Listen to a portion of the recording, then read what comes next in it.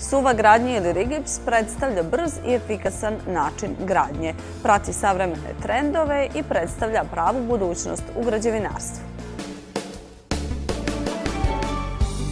Izražena svijest o zaštiti zdravlja i zaštiti čovjekove okoline dovode do sve veće potrebe za ekološkom gradnjom, pa se ljudi sve više opredjeljuju za materijale koji omogućavaju zdrav život i ekološko stanovanje.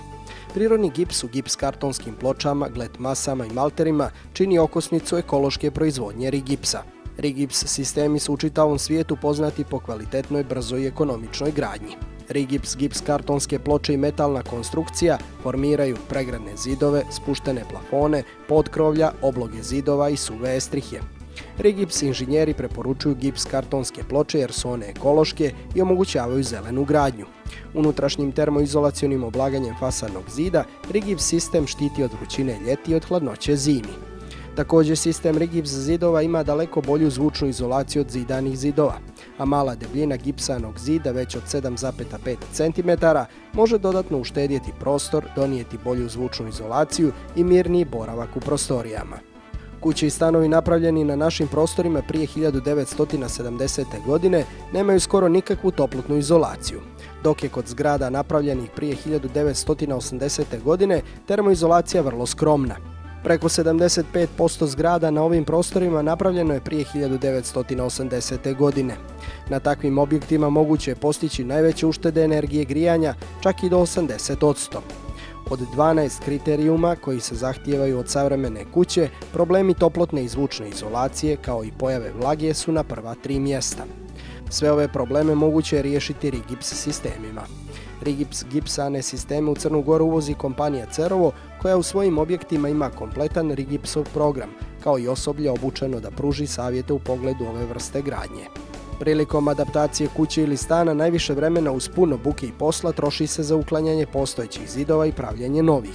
Postavlja se pitanje kako ove prljave radove zaobići i brzo dobiti nove zidove. Da bi se skratilo vrijeme izvođenja u odnosu na klasičan sistem gradnje koji obuhvata zidanje opekom i malterisanje, preporuka je da se pregradni zidovi u interijeru urade od gipsanih zidova. Najveća zabluda danas kod većine neupućenih jeste da se kroz gipsane zidove prenosi zvuk ili da ne može da se okači slika ili neki drugi teži predmet. Ukoliko se dobro izvedu, uz preporuku korištenja habito ploča, pregradni zidovi mogu da nose i teže viseće elemente kao što su police, masivna ogledala i sl. Što se tiče prenošenja buke, zvučna izolacija kod ovakvih rješenja je jako dobra i zavisi od podkonstrukcije i slojeva ploča. Pregradni zidovi mogu biti urađeni sa jednostrukom ili dvostrukom podkonstrukcijom, a oblažu se sa jednom ili dva sloja Rigips Pro, standard ili vatrootpornih ploča. Rigips inženjeri savjetuju upotrebu 2 sloja gips kartonskih ploča i dvostruku podkonstrukciju na zidovima s većim opterećenjem.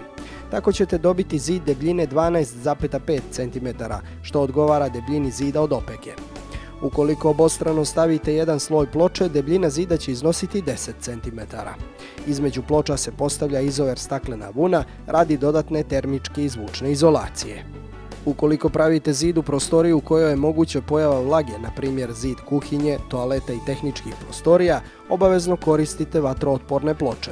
Lako ćete ih prepoznati jer su zelene boje, dok su vatrootporne ploče crvene.